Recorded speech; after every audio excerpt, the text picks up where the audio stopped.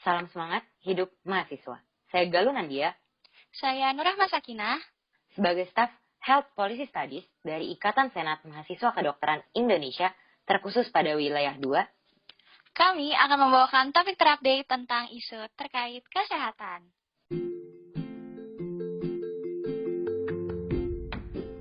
Ya, kembali lagi teman-teman di podcast HPS ISMKI wilayah 2 bersama saya dan juga Rahma. Nah, di podcast kita kali ini, di episode kita kali ini, kita bakal ngebahas suatu program yang sedikit banyak menuai pertanyaan dan juga program terobosan baru, yaitu kolaborasi relawan antara Kemendikbud, ISMKI dan juga IPKI. Tapi teman-teman, asiknya hari ini gak cuman saya doang dan Rahma doang. Kita tapi sama di sini, siapa? Bener banget Rahma, hari ini kita sama tamu, yaitu udah ketawa-ketawa tamunya. Yaitu National Coordinator of Health Policy Studies ISMKI, Bang Basra Ahmad Amro. Selamat datang, Bang Basra. Selamat datang, Bang Basra. Halo semuanya. Mungkin bisa diceritakan dahulu, Bang Basra, sedikit tentang Abang dan juga mungkin National Coordinator ini nih apa sih, Bang? Ya, halo teman-teman semua. Perkenalkan, nama saya Basra Ahmad Amro atau dipanggil Basra. Saya sekarang mahasiswa koas di salah satu fakultas kedokteran dan sekarang saya menjabat jadi koordinator nasional di bidang kajian dan strategi lah kalau gampang. Kalau kan Kastrat. Oh, Keren banget. tapi skala nasional gitu ya? Ya, gitulah. Oke, kalau gitu daripada terlalu panjang, kita lanjut aja langsung masuk ke topik kita. Jadi Bang, kan lagi ada program yang sedikit banyak menuai pertanyaan dan menarik juga sih Bang sebenarnya, yaitu program kolaborasi relawan dengan hashtag Sahabat Sehat Relawan Dirjen Dikti Kemendikbud X ISMKI X IPKI. Nah, bisa diceritain gak sih Bang secara singkat gimana sih rentetan kronologisnya sampai terjadinya program ini? Banyak banget XX-nya ya. Iya benar banget, banyak banget kolaborasinya. Banget belibet ya. Ya, jadi sebenarnya ini adalah kolaborasi yang terbangun dari narasi-narasi pemerintah pada awal ya. Memang ada keinginan dan ketertarikan untuk melibatkan mahasiswa kedokteran dalam penanganan pandemik ini. Namun di sini ISMKI selaku organisasi pemerintahan mahasiswa kedokteran yang ada di tingkat nasional merasa bahwa kami perlu mengawal kebijakan atau perencanaan akan pembuatan kebijakan tersebut. Karena kami percaya bahwa narasi-narasi itu pasti akan ditransformasikan menjadi kebijakan. Jadi kami kawal terus.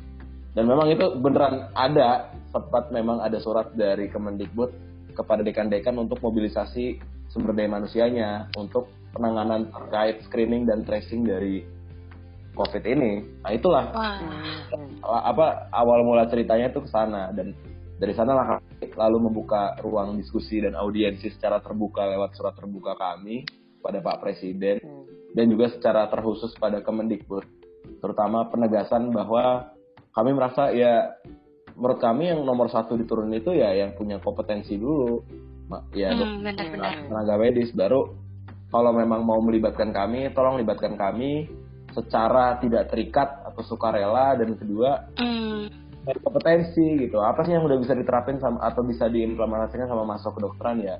Fungsi-fungsi edukasi yang ada di keilmuan ya, yaitu public health atau kesehatan masyarakat. Oke. Nah, ini Kak, kan mostly ini yang ditujukan kepada mahasiswa ya. Nah, kenapa sih kok mahasiswa ini harus turun, dan apa aja yang bisa mahasiswa dapetin saat menjadi relawan ini? Ya, kenapa lu harus turun? Emang lu tiap hari di rumah? Benar banget, udah nggak sanggup. Perlu disadari memang ternyata kita butuh gotong royong sebenarnya. Memang sebenarnya kunci dari sebenarnya civil society menurut saya. Jadi bagaimana kita jadi masyarakat yang madani, bisa nurut sama yang dikasih tahu, disuruh di rumah, disuruh benar-benar tangan ya kan, dan lain. Sebenarnya kalau menurut kami di sini yang paling penting itu adalah bagaimana kita semua bisa kerja sama. Karena ya ini bisa lewat kalau kita kompak. Mungkin ini teguran dan cobaan buat kita semua nih sebagai bangsa nih. Ternyata kita tuh nggak jauh-jauh dari cuci tangan, etika batuk bersin. Iya. Betul. Dan apa yang bakal lo dapet kalau lo ikut kesini ya udah pasti satu, lo bakal dapet pengalaman. Gitu. Udah itu aja. Kedua, lo bakal bisa cepet balik ke kehidupan biasa lo, ketemu teman-teman lo. Itu yang paling gampang tuh. Terus kalau dari pemerintah sebenarnya ada beberapa hal sih. mereka punya insentif bagi para relawan, lalu ada penghargaan dari pemerintah, lalu juga ada konversi mutu SKS bagi teman-teman. Udah tuh, jadi nanti kalau ikut ini IKM-nya stase IKM-nya atau ilmu kesehatan nggak usah ikut misalnya. Enak banget. Mau kan? Mau dong. Tapi sebenarnya konsep relawan ini sendiri tuh gimana sih Bang? Maksudnya bagaimana sih kita bisa dalam bentuk apa kita bisa menjadi relawan ini? Oke, pada prinsipnya sesuai dengan hasil audiens kami yang diamini dan dikabulkan, memang sifatnya sukarela, tidak terikat. Satu, kedua basis kerjanya online, dan tupoks atau fokus kerjanya ada pada komunikasi, informasi, dan edukasi.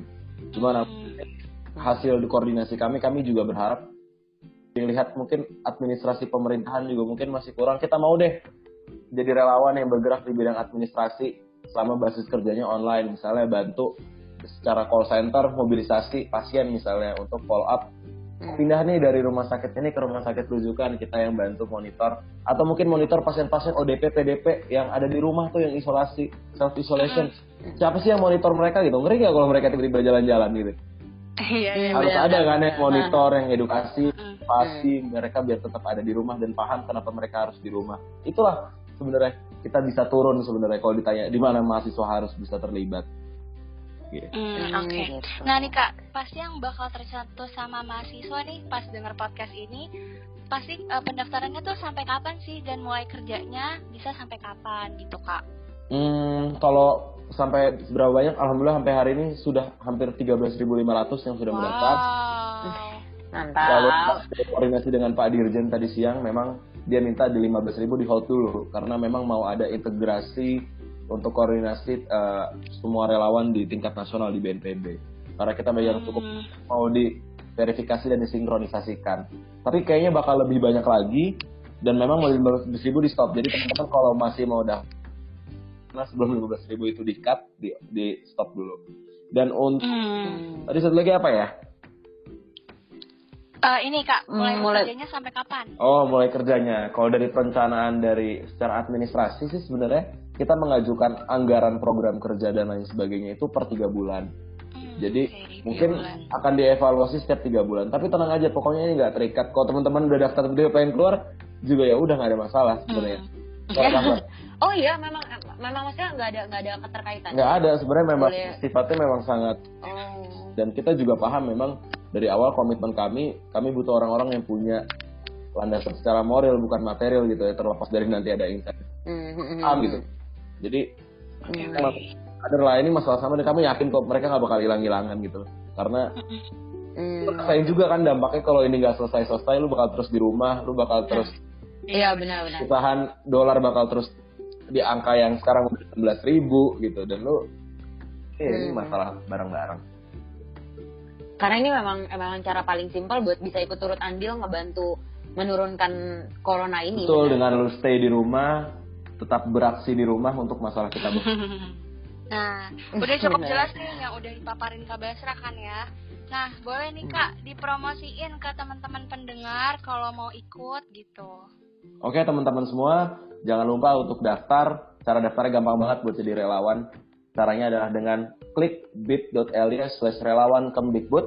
Lalu teman-teman daftar sesuai dengan kompetensi dan regio teman-teman. Nanti teman-teman akan dipetakan dan dikategorikan berdasarkan kompetensi dan regionya. Nanti teman-teman langsung ntar dapat arahan untuk SOP dan protokol apa yang teman-teman harus kerjain. Dan ingat, ini basis kerjanya online, tidak turun ke lapangan, dan intinya ini safety, dan ini salah satu cara teman-teman untuk bisa kawal dan bantu.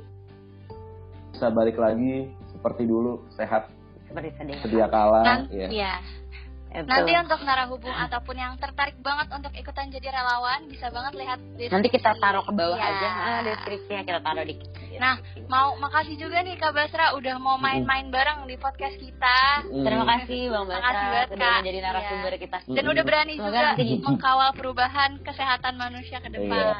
Kalau bawa perubahan prinsipnya nggak boleh bawa perasaan. Itu pinter.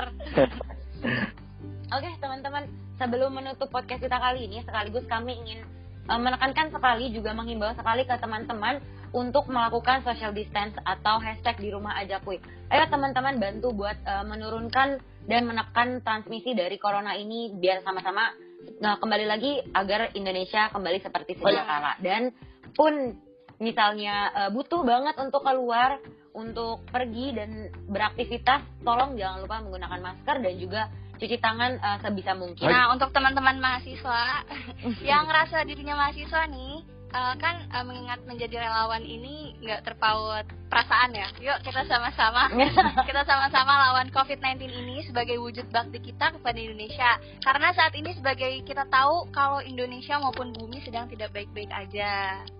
Nah, perubahan bakal selalu datang bersama kita yang ingin berjuang tanpa pamrih. Pada situasi di outbreak seperti ini, sejatinya pahlawan sebenar-benarnya yaitu orang yang berani melakukan kegiatan produktif serta bermanfaat di rumah. Salah satunya dengan menjadi relawan ini dong. Bagus.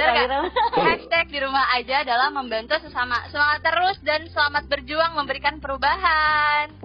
Let's go be a part of flattening the pandemic curve. Of course. Baik, sebelum kita menutup, ada sesuatu yang wajib kudu mesti kita lakukan. Apa nih? Jargon HPS. Jargon HPS. Ya, ini HPS punya ya? Iya dong. Iya. Hidup mahasiswa. 3 kata 1 tujuan. Hidup rakyat Indonesia. Terima kasih Bang Basra. Terima kasih Kak. Sudah mendengarkan semua pendengar. Sama.